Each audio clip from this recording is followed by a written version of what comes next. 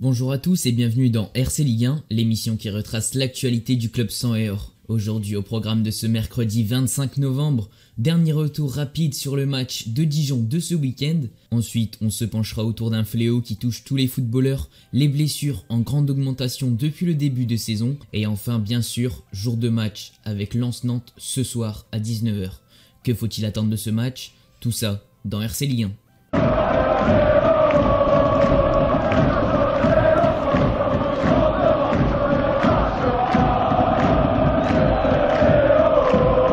Avant toute chose, on va faire un dernier retour sur le déplacement à Dijon le week-end dernier.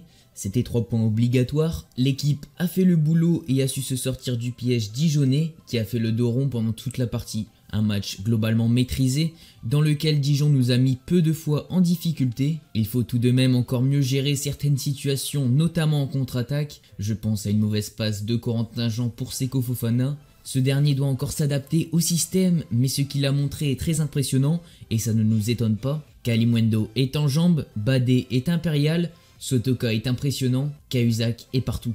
Cela nous montre aussi la largeur de notre effectif. Tester Corentin Jean en numéro 10 face à un concurrent direct, peu d'équipes peuvent le faire.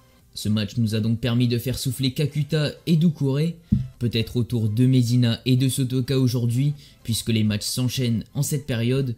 Il vaut mieux faire tourner pour éviter les blessures et c'est ce que l'on va voir tout de suite. 6 blessés de notre côté depuis le début de saison, 33 actuellement en Ligue 1 et 266 blessés dans les 5 grands championnats. L'heure est grave, le foot business est en train de prendre le dessus et encore plus actuellement avec le Covid. Les matchs qui doivent se rattraper avec 2 trêves internationales de 3 matchs en un mois, c'est du jamais vu. Comme disait Kevin De Bruyne l'été dernier, je n'ai eu que 8 ou 9 jours de vacances si la saison va à son terme. Cela me fera donc 2 ans sans vraie pause. Mais personne n'écoute les joueurs, on ne parle que d'argent mais des blessures vont arriver. Ce qui devait arriver arriva et l'on est actuellement dans une période où les blessures ne font que s'enchaîner. Même si nous possédons un effectif tant quantitatif que qualitatif et que nous pouvons faire tourner, il va falloir réagir car ce rythme des matchs est très mauvais pour les joueurs. Enfin, aujourd'hui, nos sang et or reçoivent le FC Nantes. Petit rappel, c'est un match en retard qui devait initialement se jouer le 25 octobre. Les Canaries sont 14e, ils sont réguliers, ils ont perdu face au gros du style Lille, le PSG, mais ont battu Brest et plus récemment Lorient. En revanche, c'est une équipe qui reste à notre portée. Devant, il va falloir qu'on fasse mieux qu'à Dijon et mettre les occasions au fond. Si on en a la possibilité aussi, il faut tuer le match.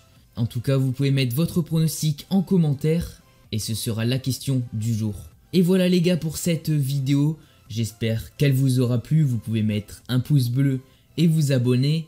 Moi j'espère que Lens va gagner ce soir. Je vous dis à plus dans une prochaine vidéo. C'était Théozinho. Allez, salut et allez Lens.